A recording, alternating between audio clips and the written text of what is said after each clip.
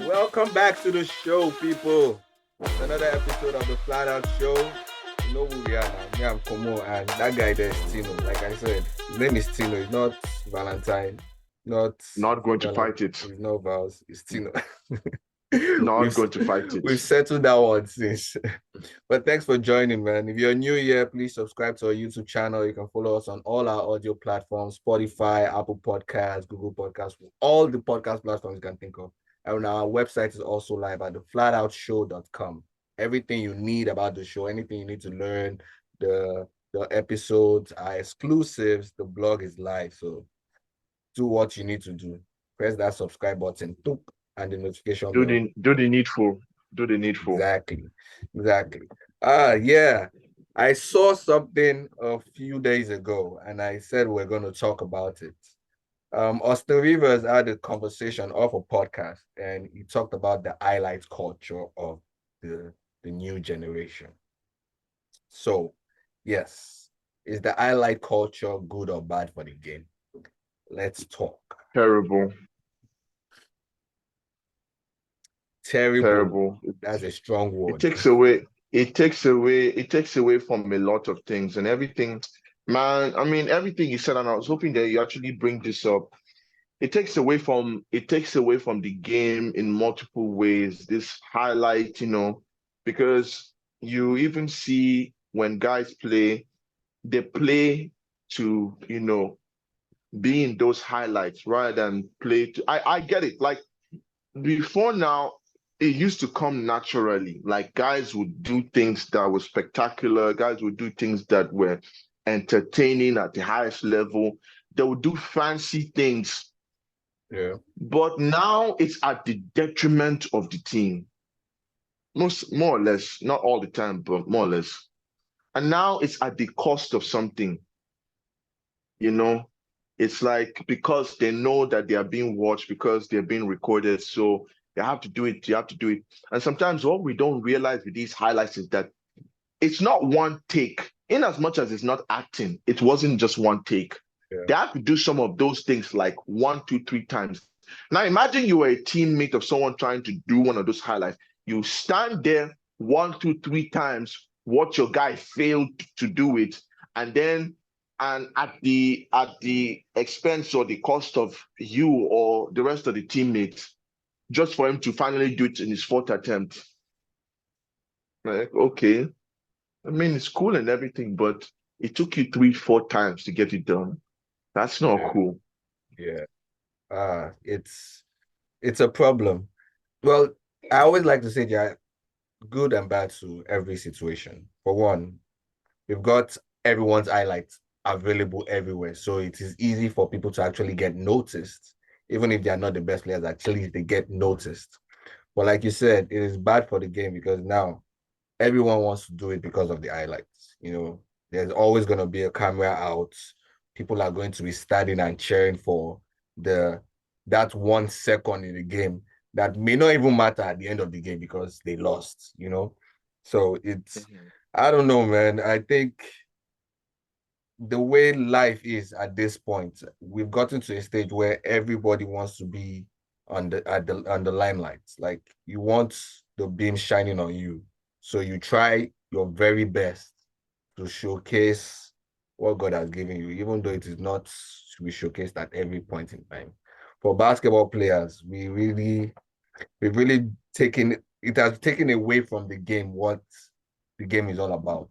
You know, we don't get to enjoy the game just because you are doing all these stunts every time, but we enjoy every bit and pieces of the game. Those things that lead up to that big moment, that crowning moment. That okay, you've done this great, you've done this great. You are in the flow of the game. Your highlights begin to pile up because you are just doing the right things. And when it hits the climax, because you have gotten to a state that you are very comfortable with whatever you're doing, you are able to crown it off with a good 1 minute move or 1 minute go at it. But bruh, everyone is looking for it every time down the stretch, and it's becoming absurd. I always like to take it back to our guys back home because we always feel like it's the highlight that is going to get us that scholarship. It's the highlight that is going to get you that contract. Yes, people watch the mixtapes. The mixtapes and those highlights get you recognized. But once it's time to start negotiations, they will tell you, Alpha, let's actually see a full game clip. Or let's send the scouts to come watch your game. And then that's where that is where the issue starts. Like what's going on? Is the highlight tape not good enough? I remember there was this dude that came up to me. Is the younger um is in the younger division for the team that I play on at the moment. So he came up to me. I was like, "Do mixtapes really do they matter?" I was like, "Let me even see the mixtape. Let's see what we are talking about here." And you saw a few Mhm. clips where it was crossing up a few guys, getting to the rim. I was like, "Okay, at least if you send this to me, I'll be like, okay." I can see you can do this. I can see you can do this. Okay, now let me actually see what you can do when we play. Like that's the first thing. And I told him straight up, do they matter? To a certain degree, they do. But in the bigger scheme of things, your highlight, your mixtape ain't shit, bro. I've seen kids your age I, do I 10 times what you are doing. But I feel like that window of using mixtapes um to get into teams, feel like that window has closed, Yeah, or yeah, that's behind us. Because true. I can tell, I think so that some years ago, boys could actually present their mixtape, and those were almost good enough to Mm-hmm. get them to the teams that they were trying to, be recruited into overseas. But I feel like with the emphasis on, everyone is doing it, it's become so it's so normalized now to the point where it's overwhelming to some degree that I feel like it doesn't hold water anymore. Yeah, yeah, that's the thing I because mean, I feel everyone like does it. 10 years ago, 5, 10, I mean, like, yeah, 5, 10, or 10, 15 years ago, if a mixtape was presented, it would have been like, who, the next Mm-hmm. big thing. Mm-hmm. But right now, it's like, I mean, with the old edits, doctor, like people just be like, yeah, yeah, we know.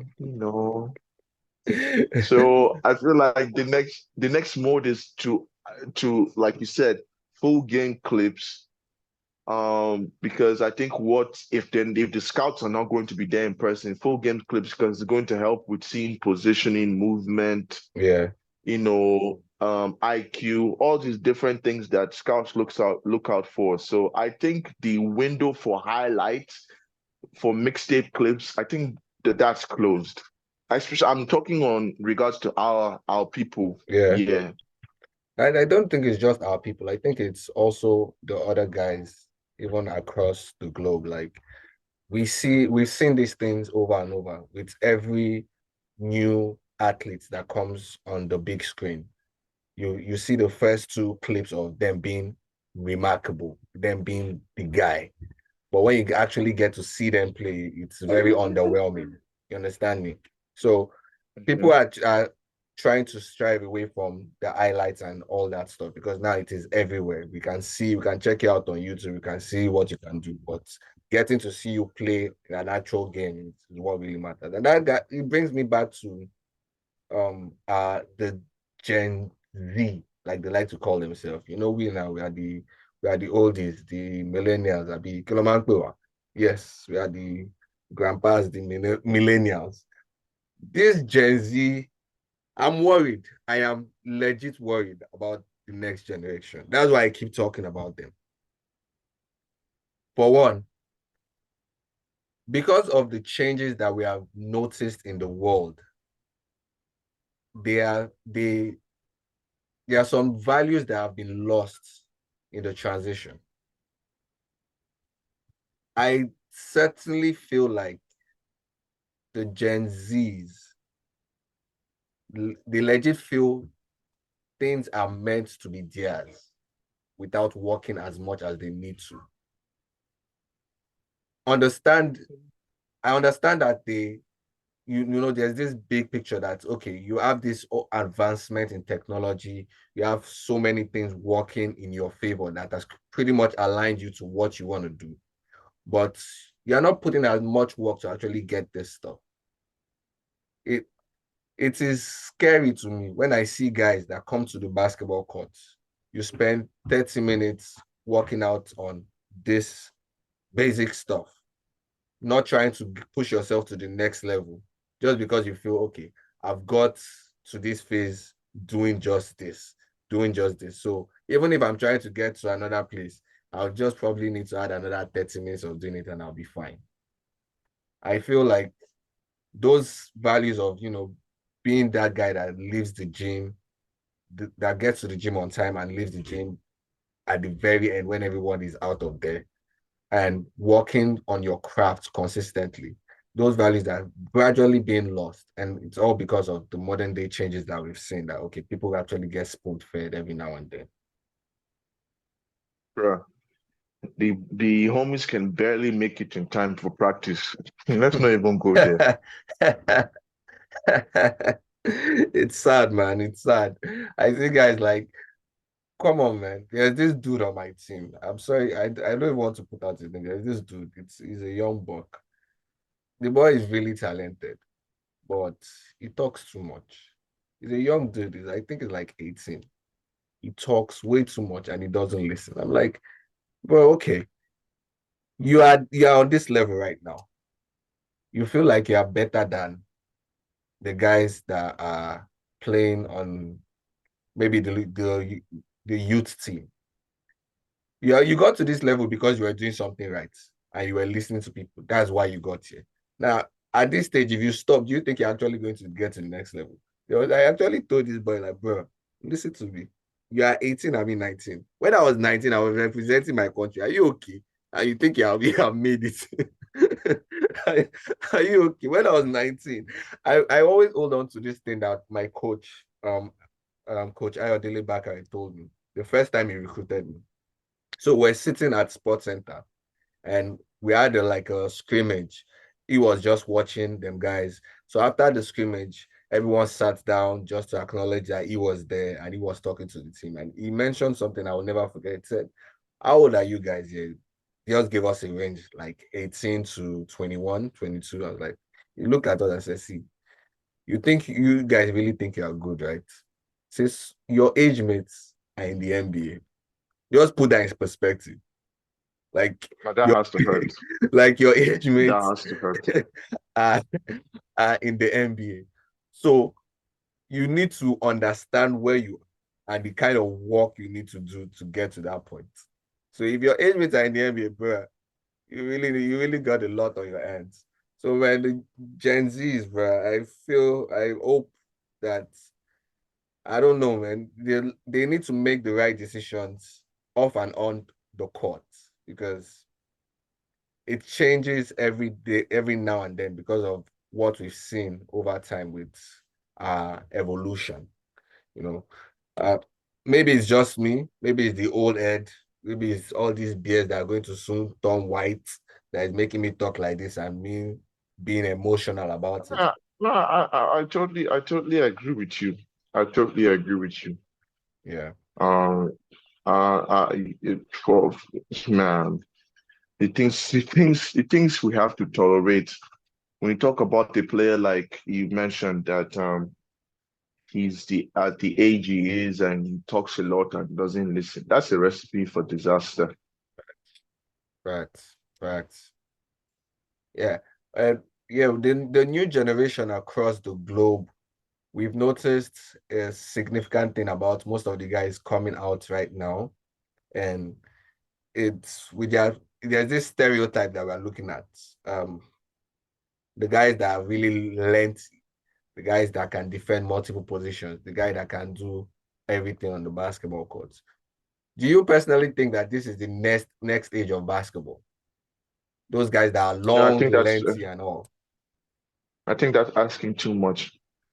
For I think real. that's over. I think it's asking too much. I think we are over exaggerating because whatever happened, I know every era has their own kind of player. I know. I acknowledge that.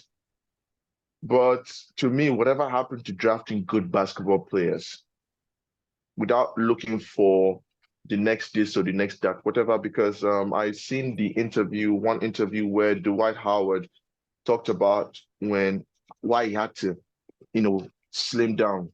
Mm-hmm. He talked about the fact that when he came to the league, he wasn't big enough. So, he wasn't big enough. That era of basketball, you had to be big Yeah. for his position. He wasn't big enough, so he got swole. And there's also a such thing as too swole, because he said he got too swole. I mean, yes, he did, because man, Dwight Howard that time was just all muscle. Facts. But Facts. it affected his longevity staying in the league, because he couldn't. I mean, the league was already moving on from that phase of Mm-hmm. being swole. Mm-hmm. Now the league is moving on to the phase of being skinny, like the KD prototype. You Yeah. see a lot of KD, Bobo, all these skinny looking athletes. They're now the new wave. Facts. I get that. I get that every era and every generation has a certain type of player that they are looking forward to. But I would really encourage that we draft basketball players and stop looking for prototypes. Stop looking for like a specific, just draft good basketball players. Say you can play Yeah. ball, not just play Yeah. ball, but at the highest level. Then I think you should make the cut. It Always looking for someone that looks like this is why we it make is going to mistakes. be tough. It is going to be tough. It's so clearly it's It's going to be tough because if with what we've noticed over time, I take note of the guys in the NBA a lot, and I try as much as what's possible to watch European basketball as well, so to keep this fine balance of my knowledge of the game. Look at the Toronto Raptors. I think the average height on the Toronto Raptors is about 6'5", 6'6". So you've got guys like Precious Achua, you've got guys like Siakam, you've got the likes of what's this dude, Koloko. You've got long guys, Scotty Barnes on that team. Every one of them are of a certain prototype. This is how they look.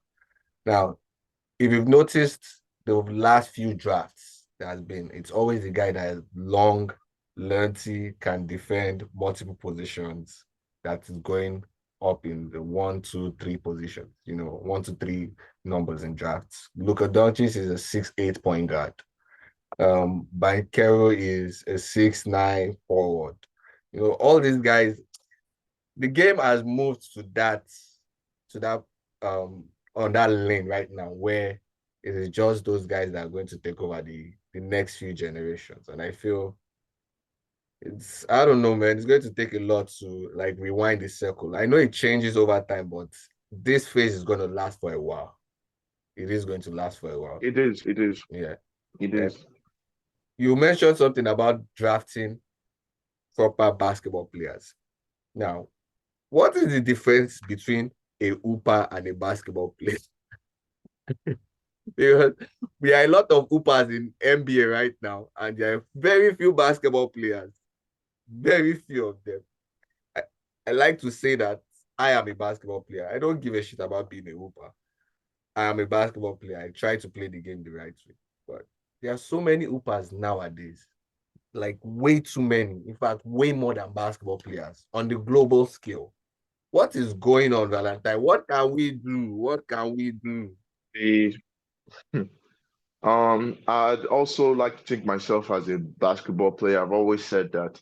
And I've gotten multiple times on different occasions, I've gotten comments like the coach's pet, something about, what the coach's pet means, Yeah. someone that is just trying to do the fundamentals, stick to the fundamental, not trying to do too much. And I've always been about that life. I never fancied the idea of a hooper. A hooper to me is obviously, first of all, a culture that was set in the United States. Right. It's a me, I, myself type of culture. That's a hooper doesn't care about making the right plays. It doesn't necessarily care about winning. He cares about dropping buckets. That's all. He cares about getting his 25, 30 points a game. He cares about the fact that he's going up the ranking scoring. He cares about the fact that at the end of the season he's averaging 25. He doesn't care about, not necessarily care about anything else. And think about most of the people that, okay, let's put this into this perspective. Let me ask the question first of all. Is LeBron a hooper or a basketball player? As a basketball player, he makes every right play. Now you can see why he's successful. Right. Now, let me ask another one. Now, success is based off of different things. Now, what this success we're basing off of is team success, championship success, all that kind of thing. Now, is James Harden a hooper or a basketball player? He's sometimes a basketball player. Oh, okay. Because the James Harden now is different from the James Harden in Houston, right? Fact. So let me be more specific. The James Harden in Houston, was he a hooper or a basketball player? That was the Oga Patapata of hooper. the number one on the throne. Okay. Now, Kobe is one that I think is between a very thin line. Was he a hooper or a basketball player? Kobe is, I won't say he's a borderline basketball player, but he was able to balance it out because of what his team needs.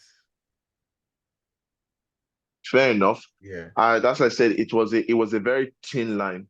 I would say he was a basketball player, but he looked like a hooper. He had that swagger of a hooper, but he was a basketball player. Now, the Kobe obviously said, we all know about what he said, that a team can't win a championship playing like with the way James Harden was playing. Keyword is was. Now he's different, but that time he was. So he's definitely so. Hoopers don't win championships. Hoopers don't win championship. Basketball players do. I mean, you can have one or two of them that slipped out the crack, but hoopers don't necessarily win. They don't. Yeah, I agree with you. First of all, I'm just be straight up. I do not like the American basketball culture. I hate it. I hate it. But absolutely this guy, you're going there soon. Oh. Better watch what you say. This is going online. Man, they will catch you. I don't give a damn. Everybody, first of all, I've always been critical about the Ghana basketball scene, being in Ghana. I've always said it. And this is how I always play my knowledge. Have you watched Senegal when we're talking about like FIBA basketball? Yeah. Have you watched Senegal? I'll just ask one. Have you watched Senegal? Yeah, they're like, yeah, okay. Have you watched Nigeria by any means? They'd be like, yeah. Have you watched Ghana? Do you wait? Let me ask an honest question. Do you know what the Ghanaian basketball jersey look like? You are very disrespectful. Bingo. You are a very disrespectful man. So I don't care the fact that I'm here and I'm saying the things I'm saying, because you yourself know that it's true. This guy. So I still stand by it and say that I do not. I hate the American basketball culture. They should flog you. They should flog you, and it's serious. Honestly, because all this hooper basketball player, man. At the end of the day, to attain the highest level of relevance is to win championships, is to win personal accolades is obviously going to put you in places like the Hall of Fame. Huge deal. A huge deal. Not anymore though. Now it used to be like a huge deal, but everyone gets in the Hall of Fame nowadays. It's getting watered down. Yeah. It's getting watered down. Man, if you want to be talked of, when we're having a conversation of the Babanlas, when you want to be talked of people that made an impact, that left a legacy, much bigger than what we could think of, then that's what championships, and not just championships as bench warmers, or championships as stones in a team, as Facts. basketball players. Players. Facts. That's what I think. To me, I mean, it's to some people, they just want to play ball, win all the personal accolades, and go on with life. To people like myself, we want that highest honor. We want that Facts. highest honor being talked about Facts. when we talk about the greatest teams, one of the best teams in the country, one of the teams that did this in the country. Everything doesn't have to be great. But I do want to come up in the conversation when we're talking about, oh, when we're talking about the Leopards team in Ghana, one of the best Leopards team in Ghana. I want to be in that Yeah. conversation. Yeah. So I think to attain that level is to be a basketball player. A hooper will definitely not get me there. Yeah. Definitely not get me there. A hooper will definitely get me to like 20K followers on TikTok. That's what a hooper will get me. Because I know the reason. See, I know the reason. I'm gonna say this. I'm gonna say this. I'm gonna say this. I know the reason I do not already have like 5K followers on TikTok. And it's not because I'm not good, but because I'm not a hooper. If I decide that, Yeah. okay, I want to be a hooper, I'm having like 1,000 followers overnight. Bro, But I, because I'm a basketball player, see, so it's a gradual this process. thing that you just said now is what I'm going to do for the next 2 weeks. I'm going to go and look for all the clips where I was crossing out guys, killing some guys on the court. I'm going to merge it Watch together and your post it. watch your watch your following blossom. So that's the key nowadays. Oh. Show us that you can I hoop. I've been new. My brother suggests Vital suggests all these Hooper likes videos. He Mm-hmm. suggests all these Hooper like things for me to do, to gather more traction, get more traction Yeah. rather. And I feel him. I never discard what he says because I'm like, yeah, this is true. This is facts. He knows it's not my nature. He knows, which is why every time he suggests these things, he's like, I know it's not something you do, but you can consider it. And yes, it's something that I consider. So I'm trying to find the balance, like everything else, where the balance between, being a hooper once here and Mm-hmm. there, gain the traction, and continue to be the basketball player that I am. But I just know that if I was a hooper, I'll be sitting on like You, 15K. you'd have turned TikTok after that. No, at the very least, okay, let me not exaggerate. If I was a hooper, I'm sitting on 5K right now. But because Facts. I'm a ball player, just because I'm a Facts. basketball player, I'm struggling to get to the 2K mark. But Facts. that's I fine with get you. me. I totally I understand and I agree with you, man. The culture has changed nowadays, man. And with we growing up a different way. When we're told that okay, you are coming into the game, this is what we need you to do. But now you have guys that you are just giving them the free rein to do whatever they want. Like I've seen you play, yeah, Mhm. get on the court, do whatever you want. Now you merge so many of those guys together and it's chaos on the court because now everyone is trying to fit into a role that they never understood. Nobody knew that I'm going to set screen now. I'm going to try to get rebounds and focus on rebounds today. I'm going to do this. It's something else, man. But I hope when I keep saying it, like these guys, the Gen Z, I always call them out, like bros, learn these things, especially off the court, because now we the same attitude that Steve Kerr mentioned this. He said, I can tell a person's attitude by how he plays the game of basketball. If you come on the court and you're always trying to be the guy that's in the limelight, or you're trying to slop around and just do what you've got to do. Off the court is definitely going to tell. You're going to go into businesses, you're going to go into partnerships, you're going to try to do other stuff with your life. It is going to definitely translate that this guy wants to be your guy, pata pata, but he's not ready to put in the work. This one is going to be sleeping on duty after he's done, after he's done with his basketball career. If he doesn't have as much money, then there's a problem. He's not going to be in the limelight anymore. So it's gonna cause so much havoc to these guys. And I'm scared. I'm honestly worried. about the Gen Z guys, man. Bruh, please, please let us continue preaching as much as we can. But at this point, me, I'm going to leave the journey for you people. I'm getting too old for this shit. I'll take it. I'll take it. I want to be the pioneer of that, man. I want to be the pioneer of that. I've always stuck to my identity. I've never been ashamed of, because people when they say what they say about the Yeah, whole coaches part and all that stuff, I understand the context with which they say them. But I've never been ashamed of that. I've never been like, oh, this is no, I've always been proud, man. I don't give I don't care. I don't care. You know, you know why you have me on your team.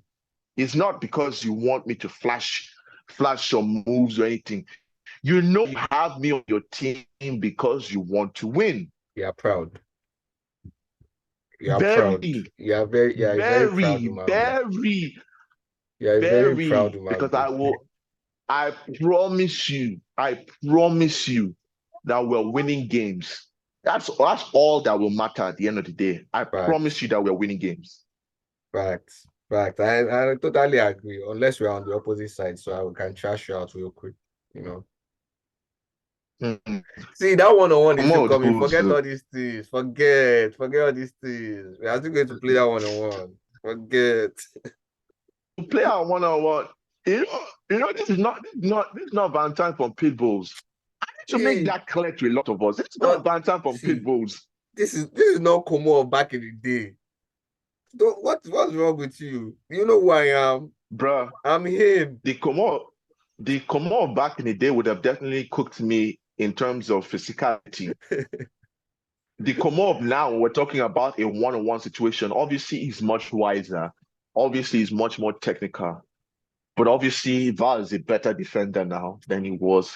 So there's just a lot of, this thing. I like I the think we sound need of to. this. I think one way or the other, we need to put a poll out there. See, we will We need, definitely. In I'm going fact, to.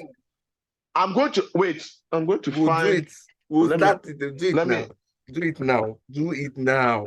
Do it now. Everyone, I you can see I this need shit. to. I need to form something like some sort of a what is this? Some sort of a poll with a graphics where it is you versus me. Obviously, your cloud will serve a minute for yourself. But what do you think about that? I'm still going to make a poll. I'm honestly going to make a poll with all our with all our specific with the details. Like let's say with your IQ, with IQ, with defense, with mobility, with speed, with strength, Mm-hmm. all those details. And Mm-hmm. those are going to be points, points, See, points. So we're going to see who awards see, them to each other. And we're going to make a poll. we will do it right before, like a week before this episode airs. So you have it going. Or even before or after the episode airs.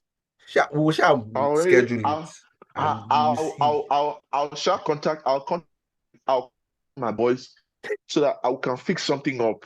Let's Make sure, make go. sure that stuff, Let's make sure that go. stuff comes out. You see, this is what I get every time when I'm going up against this guy. You see what I get? See what I get? Well, no problem. We're going to settle this the right way. And it's just a matter of time. People, if I will have this thing on caffeine, we'll have it on all the streaming platforms. We'll let people know that this guy, you want to be trying me. You, you, okay. It will be either that you fly me to the UK or Right. I fly you to Ghana We will or make this we shit work. find a talk to your people, talk to your people Don't because I'm talking to my worry. people. Don't worry. We'll make it work. Uh, All right, my guys. Thank you for joining us on this episode, man. As always, we're trying to spit out a little gem here and there, try to educate each other and try to educate everyone out there as well. It's not easy to live in this world without getting knowledge from everyone around us and whatever goes on around us. As long as we are here for each other, I think we'll actually have a smooth ride. And basketball revolves around everything. So the team has always been basketball and everything else. As we talk about basketball, we try to extend our arms and our horizons into other stuff. But yeah, thanks again for joining us on this episode. You know what to do. I'm not going to even say it. You see, it's Valentine. He's threatening me now that he's going to finish me. So I'm going to let him do the outros, even though there's really no outro to do. But yeah, I put him on the spot again.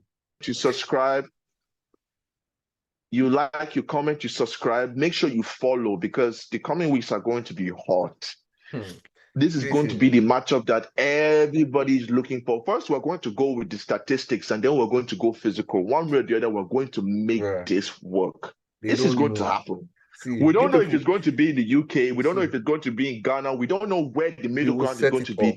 But after the statistics, it's going to happen in real time. They were going to stop all this nonsense once and for all. So make sure you like, make sure you comment, make sure you subscribe, and make sure you follow so that you can see when this happens. For real, man. And you see the, the ass in live and direct. All right, guys. Till next time. Stay safe, stay frosty. This is the Flat Out Show.